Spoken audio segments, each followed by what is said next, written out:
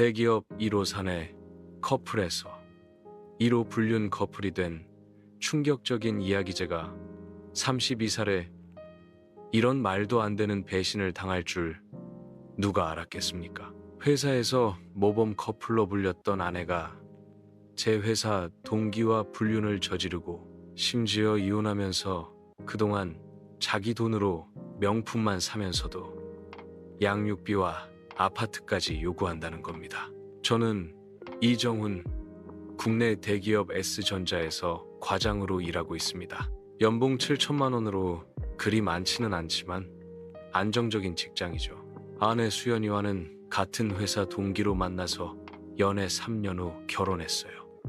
수연이는 정말 회사 최고의 미녀였어요. 키 167에 모델 같은 몸매, 거기에 명문대 출신의 똑똑함까지. 연수원에서 처음 본 순간부터 한눈에 반했죠. 수연아, 너 정말 예쁘다. 나랑 사귀지 않을래? 용기를 내서 고백했을 때가 생각나네요. 오빠, 진심이에요? 수연이도 저를 좋아해줘서 자연스럽게 연애가 시작됐어요. 연수원 생활 3개월 동안 우리는 동기들 사이에서 유명한 커플이 됐어요. 어딜 가든 정훈이, 수연이 커플로 불렸죠. 너희 둘 정말 잘 어울린다.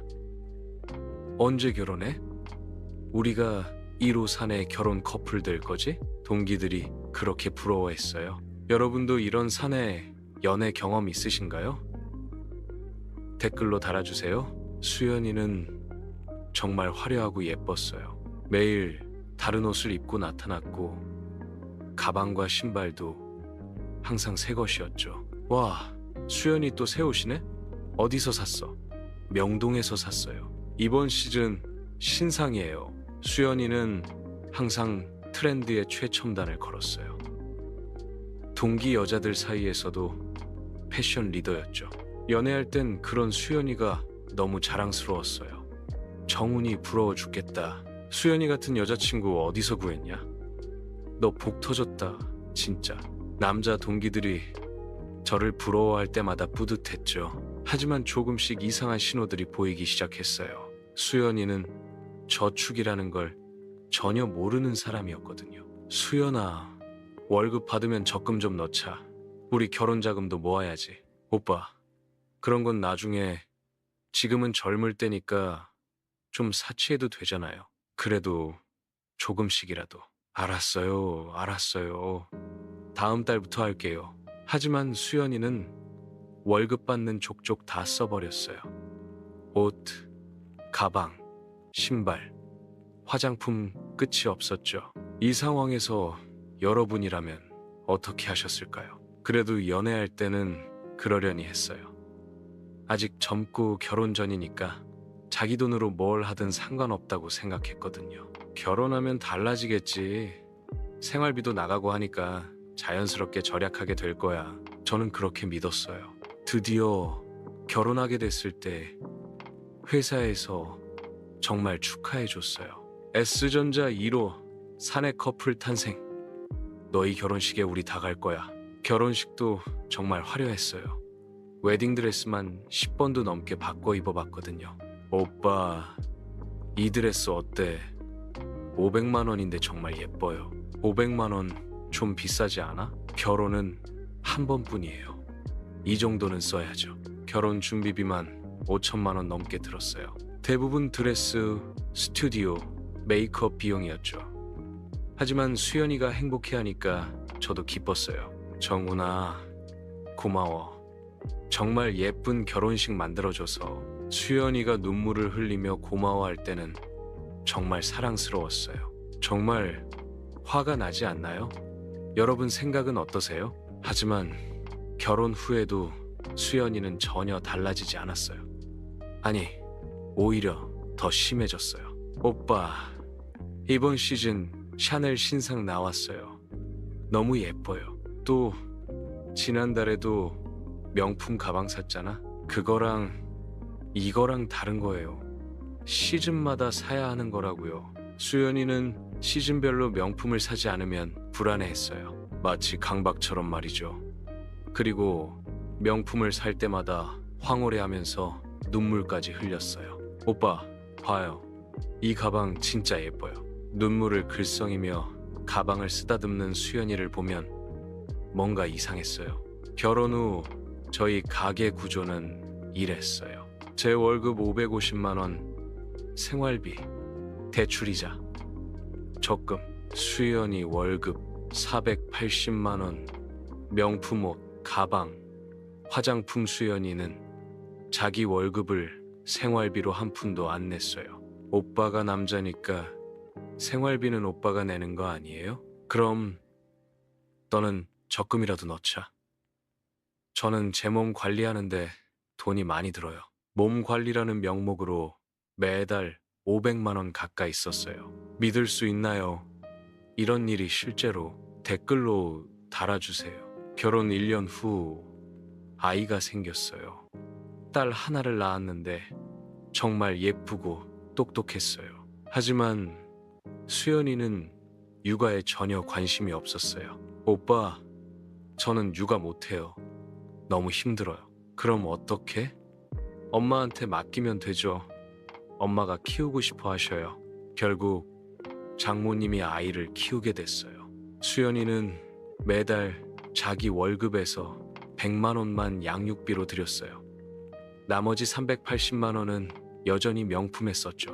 수연아, 아이 키우는데 돈이 많이 들어? 좀 더 보태면 안 될까? 100만 원도 많이 주는 거예요. 다른 사람들은 그것도 안 줘요. 수연이는 자기가 엄청난 희생을 하는 것처럼 말했어요. 더 심각한 건 수연이가 제 몰래 회사 동기들에게 돈을 빌리기 시작한 거였어요. 어느 날 동기가 저에게 조심스럽게 말하더라고요. 정훈아, 수연이가 나한테 돈 빌린 거 너 알아? 뭐? 얼마나? 500만 원 떴 명품 가방 산다고 하던데? 진짜? 그때부터 하나둘 알게 됐어요. 수연이가 여러 동기들에게 총 2천만 원 넘게 빌렸다는 걸요. 주인공의 선택을 이해할 수 있나요? 수연아, 이게 뭐야? 집에 와서 따져 물었더니 수연이는 태연하게 대답했어요. 돈이 부족해서 빌린 거예요. 부족하면 명품을 사지 말든지. 오빠는 몰라요. 여자들 사이에서 명품 가방 하나 없으면 무시당해요. 그래도 다른 사람 돈 빌려서까지? 어차피 갚을 거예요. 연말 보너스 받으면. 하지만 연말 보너스도 수연이는 또 다른 명품 구매에 썼어요. 결국 제가 동기들한테 빌린 돈을 대신 갚았어요. 정훈아, 미안해. 수연이 때문에. 괜찮아. 내가 책임질게. 동기들 앞에서 정말 창피했어요. 하지만 아이만 생각해서 참았어요. 그런데 더 큰 충격이 기다리고 있었어요. 작년 말 수연이가 회사 동기 김민우와 바람이 났다는 소식을 들었거든요. 과연 어떤 결말이 기다리고 있을까요? 처음엔 믿을 수 없었어요. 설마 수연이가? 하지만 증거는 명백했어요. 회사 동기가 찍은 사진을 보여줬거든요. 수연이와 민우가 호텔에 들어가는 모습이었어요. 정훈아, 미안해. 이런 말하기 싫었는데. 언제부터였어? 한 6개월 정도 된 것 같아. 6개월. 그동안 제가 모르는 사이에 제 아내와 동기가 불륜을 저질렀다는 겁니다. 집에 와서 수연이한테 따져 물었어요. 수연아, 민우하고 무슨 사이야? 갑자기 왜 그래요? 사진 다 봤어. 호텔에서 나오는 거. 수연이의 얼굴이 새파래졌어요. 그건 그냥 뭐가 그냥이야? 6개월 동안 바람핀 거야? 결국 수연이가 모든 걸 털어놨어요. 미안해요. 정말 미안해요. 왜 그런 짓을 했어? 오빠가 너무 재미없었어요. 재미없다고? 맨날 돈 얘기만 하고 적금 넣자고 하고. 민우 오빠는 저를 이해해줘요. 이런 반전 예상하셨나요? 댓글로 달아주세요. 더 황당한 건 민우의 정체였어요. 알고 보니 민우는 수연이한테 명품을 사주면서 유혹한 거였어요. 에르메스 가방 사줄게. 대신 나랑 만나자. 샤넬 신상 나왔던데 같이 보러 갈까? 수연이는 명품에 눈이 멀어서 민우의 유혹에 넘어간 거였어요. 그 남자가 명품 사준다고 해서 바람핀 거야? 그런 게 아니에요. 민우 오빠가 진짜 저를 사랑해요. 사랑? 그럼 나는 뭐야? 오빠는 그냥 남편일 뿐이에요. 그 말을 들은 순간 정말 기절할 뻔했어요. 4년 동안 연애하고 결혼해서 살았는데 저는 그냥 남편일 뿐이었다는 거죠. 회사에서도 난리가 났어요. S전자 1호 커플에서 1호 불륜 커플 됐네. 정훈이 불쌍하다. 수연이가 그럴 줄 몰랐는데 동기들이 수근거리는 소리가 다 들렸어요. 민우는 아예 당당했어요. 정훈아, 미안해. 하지만 사랑에는 죄가 없잖아. 이 새끼가 회사에서 싸울 뻔했어요. 이제야 모든 퍼즐이 맞춰지네요. 여러분도 그렇게 생각하시나요? 결국 저는 이혼을 결심했어요. 더 이상 이런 생활을 할 수는 없었거든요. 수연아, 이혼하자. 이혼? 더 이상 같이 살 수 없어. 그럼 하나는 어떡해요? 하나는 내가 키울게. 하지만 수연이의 대답은 정말 어이없었어요. 안 돼요. 하나는 제가 키울 거예요. 너가 지금까지 한 번도 키운 적 없으면서? 그래도 엄마는 저예요. 그리고 그동안 엄마가 키워줬으니까 양육비 받아야겠어요. 양육비? 5년 동안 매달 100만 원씩 줬잖아요. 6천만 원이에요. 수연이는 자기가 준 양육비를 도로 달라고 하는 거였어요. 더 황당한 건 그 다음이었어요. 그리고 앞으로도 제가 하나 키울 테니까 오빠가 양육비 주세요. 너가 키운다고? 네. 그리고 결혼 생활 동안 오빠가 제 월급에 간섭해서 정신적 피해 봤어요. 정신적 피해?